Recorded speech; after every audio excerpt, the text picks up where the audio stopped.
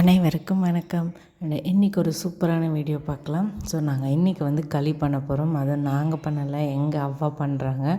எங்கள் அவ்வா கிட்டத்தட்ட ஒரு 100 இயர்ஸ் கிட்டே இருக்கும், அதுக்கும் மேலே இருக்கும். பட் ப்ராப்பராக அவங்களுடைய ஏஜ் எங்களுக்கு தெரில. பட் ஆனால் 100க்கு மேலே தான் இருக்கும். அவங்க வந்து அவங்களுக்கு இன்னுமே குக்கிங் பண்ணுறதுலாம் ரொம்ப பிடிக்கும். ஸோ நாங்கள் ரொம்ப நாளாக அவங்கள்ட்ட கேட்டுட்டு இருந்தோம், எங்களுக்கு களி பண்ணித்தாங்கன்னு. அவங்க ரொம்ப சூப்பராக பண்ணுவாங்க. எங்களுக்காக அவங்க களி வந்து பண்ணி தரேன்னு இருக்காங்க. ஸோ அதுக்காக வந்து அவங்களுக்கு வந்து அடுப்பில் தான் சமைக்க தெரியும். ஸோ அதுதான் அவங்களுக்கு ப்ராப்பராக மெயின்டெயினும் பண்ண தெரியும். அதனால் வந்து நாங்கள் கேட்டதுக்காக களி வந்து பண்ணி கொடுத்தாங்க. இன்னுமே அவங்க ரொம்ப ஹெல்த்தியாக தான் இருக்காங்க. அண்ட் அவங்க ரொம்ப சூப்பராக அந்த களி ஃபஸ்ட் டைம் நான் சாப்பிட்டேன். அண்ட் ரொம்ப டேஸ்ட்டாகவும் இருந்தது, நல்லாவும் இருந்தது.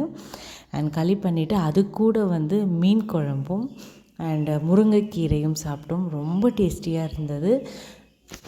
அவா சொல்லுவாங்க, உங்களுக்கு எதாவது வேணும்னா கேளுங்க, நான் பண்ணித்தரேன்னுவாங்க.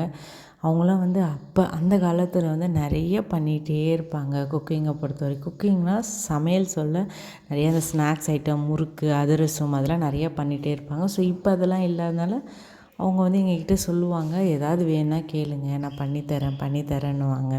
ஸோ அதுக்காகவே சரி அவா நீ களி பண்ணித்தாங்க அப்படின்ட்டு அவங்கள வந்து களி பண்ண சொன்னோம். ரொம்ப நல்லா இருந்தது. அந்த நாங்கள் சாப்பிட்டது இல்லாமல் எங்கள் பக்கத்து வீட்டில் அண்ட் ரிலேட்டிவ்ஸ் எல்லாருக்குமே கொஞ்சம் கொஞ்சம் கொடுத்தோம்.